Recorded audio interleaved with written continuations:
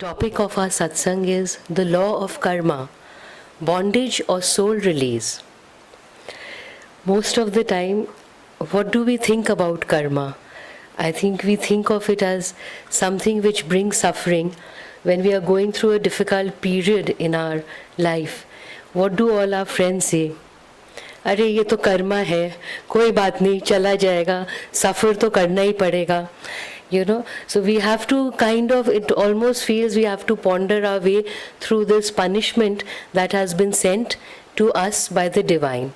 But these great masters, these saints tell us that this world is not made to punish us for our suffering. What is it made for? Our evolution, our growth, our learning. So this law of karma too is for our ultimate liberation and freedom. But how does that happen? How do we do that? How do we learn that? A lot of times we act in the world, we have certain attitudes, right, in the world, but we don't think about them. We release that energy into this world without even realizing what we are doing. But this law of karma comes to show us what is it exactly, where are we, what are our actions doing in the world, what are our attitudes. Because whatever we release in the world will come back to us. And then when we are face to face with it, when we are in that situation, then we are forced to think about it, isn't it? If we release action which is in tune with our divine nature, we do actions which are loving, which are selfless, which are pure and peaceful, what comes back to us? Peace and harmony comes back to us. But when we don't, when we release actions into the world, when we release that energy into the world, which is more selfish, angry, hatred, then that is what comes back to us. And it takes us deeper into delusion. It takes us deeper into ignorance and deeper into our ego consciousness. So what we get from the universe in the form of our karma is actually something which is a great teacher for us. And we need to be really, really aware of what is happening. So that we can take those actions that help us to be more in tune with our divine nature and to make this law of karma actually a law of soul release. I read this story some time back. There was this, which I thought was very apt for today. There is this man who wakes up in the morning and he's had a very bad, rough day the previous day, lot of scoldings from the boss and lot of deadlines missed and lot of pressure. And this day he has some presentations to do which are important and he's already in a soup in the office, so he wants things to go perfectly. And he wakes up in the morning, the suit he needs for his presentation is at the dry cleaners. So he gets mad, he gets irritable at his wife, and the wife now starts to feel, I'm never valued. Whatever I do, he doesn't value me. But because he has this long day, she lets it pass. Then it's time for her to wake the child up. The alarm doesn't ring for the child and he continues to sleep. All of that frustration comes on the child. Now the child wakes up, gets ready for school. He's irritated. What can I do if the alarm didn't go off? But, what can he say to his mom? So off he goes to school. As he goes out, there's a dog lying on the road. He just hits him and the dog yelps in pain. And now the husband is ready to go to office and he comes out. Guess what happens? The dog bites him. So, a lot of times we don't even know what we are releasing. A lot of times we can be a little stern and mean to people who can't react back to us, our staff, our subordinates. That person, when we are having that road rage, that person on the road, we are never going to meet him again. We just say it and we go away. But the law of karma is relentless. Somehow or the other, it will come back to us, come back to bite us. Even though it sounds relentless, it is a great teacher.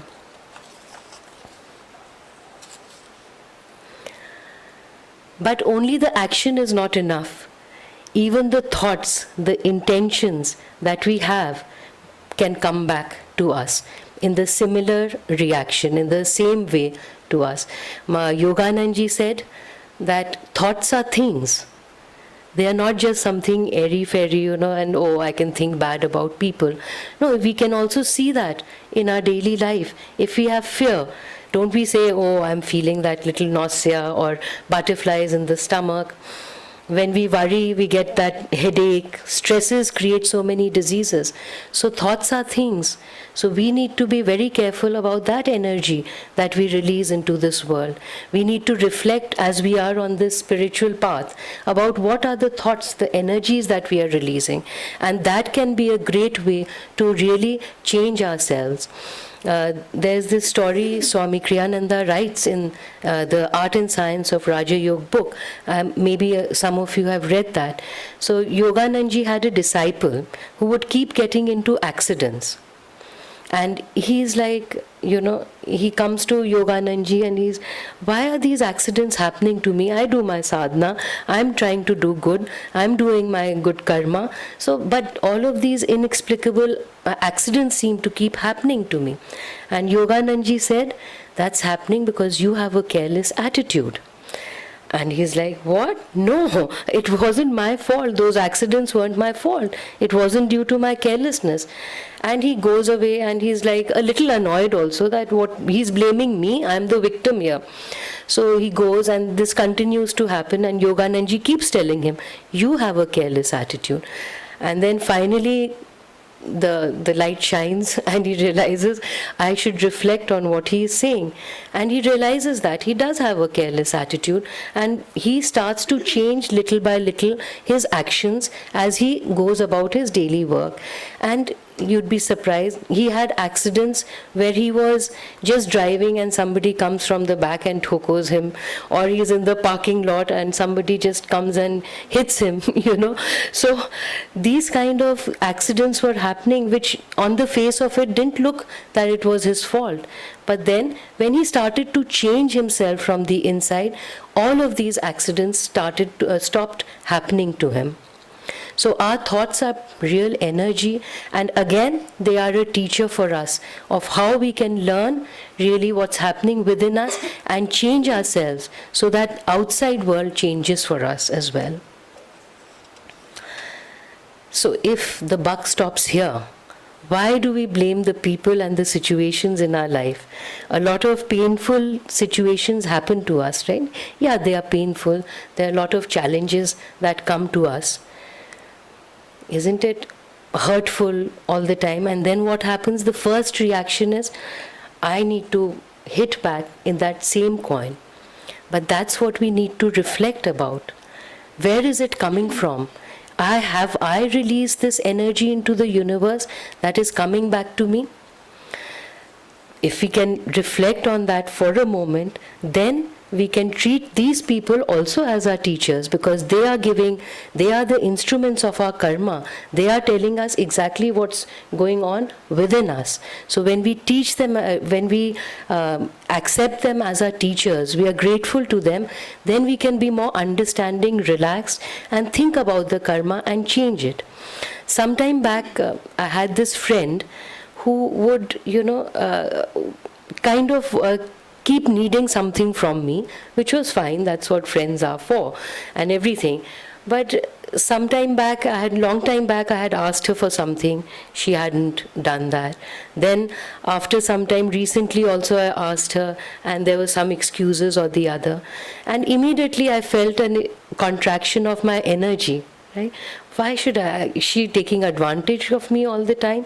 I don't want to do anything now for her. But then, fortunately, a thought also struck my mind that it's my unwillingness to help which is coming back to me from her. And I'm trying to release more of that energy into the universe by being unwilling to help her. So I tried. I don't know how willing I was, how enthusiastic I was. So I tried to change that in me, and I tried to help her in her situation. Isn't this what happens with most of us? In our relationships also, we try to give less and less sometimes. We give just enough that how much that other person is ready to give us. If you love me, I will love you. But the masters say, even if people hate you, you have to love them back. We being Indians, especially Indian housewife, we love a bargain, right? A discount deal, always. We go to Janpat, we are very happy we get something valuable which we like for half the rate, as less as possible we can get. So are we doing that also in our relationship? Are we just releasing this energy of lesser and lesser, because that is what's going to come back to us as well? Why can't we, with that vegetable vendor, we are very happy with that one aloo we get, cheap or something. Can't we just give him what is a fair price? And maybe sometimes to show our appreciation, we can, tip him also a little more, because he's just there when we need him in the morning and urgently or otherwise. So in our relationship, can we just give more understanding, more love, more peace than what we get back? Sometimes somebody's in a mood, they don't give, and that's it, that's the end of our giving. So more and more, if we can give in our relationship, that's what we'll get back. And the law of karma says, if you want something, if you really need something, stop grasping for it, stop trying to get it. In fact, give it to a lot of people, give it more and more, be it money, be it kindness, be it generosity, and all of that you really want for yourself, then will come back to you. Thank you. As I was thinking about this topic, the law of karma, bondage or soul freedom, the first thing that came into my mind was what Swami Kriyananda ji mentioned. He says, every single thing you do in life, including the color of the shirt you wear, is decided by your karma. Every single thing you do. Now, that is also a little scary, because it seems that everything, we're completely bonded by our karma. Everything is influenced by this karma in our life. But is it so? Is it true? Is there no way out?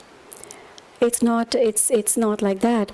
Because Paramhansa Yogananda ji says, and these are his words, he says, karma governs human destiny only as long as man continues to live in ego consciousness.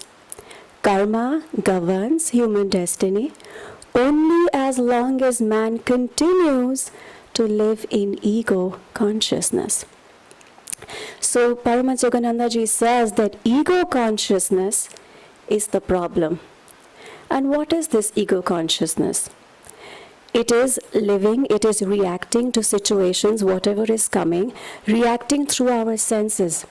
It is this consciousness of I, me, mine, what I want, what I think is right, what I want to do is right, what I feel is right, and not what is actually right. Yogananda ji also says one more thing. He says, you can reshape every karma provided that from today onward you live by soul consciousness. This is the way out. I'll repeat it again. You can reshape every karma, provided that from today onward you live by soul consciousness. And what is this soul consciousness? This soul consciousness is our inner guidance. He says only through this inner guidance, living from within, can we change our karma. And how do we do that? Soul consciousness is also the super conscious state of mind. And Yogananda ji has given us various methods to achieve this state of mind, to be in this state of mind all the time. And he says only and only in this state of mind can we become free from our karmas, from this suffering, from this cycle of pain and suffering all the time. And how does that happen? He also says that whatever we are drawing towards us, the karmas that we are drawing towards us, they are determined by the past tendencies, what Vasudha also mentioned, by our past tendencies, by our attitudes, by the energy we are giving out, and by the energy we are giving out.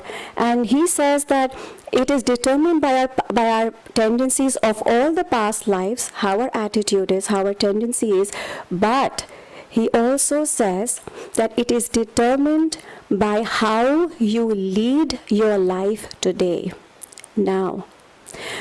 So it is true that karma, the law of karma, it is a great teacher, we need it, and whatever we are drawing to us, it is determined by our tendencies and the attitudes that we have, the habit patterns that we have formed, but it is also determined by what you are doing today.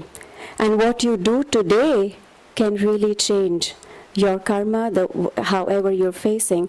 Yogananda ji also says that 25% of our life is controlled by our free will. 25%. And so,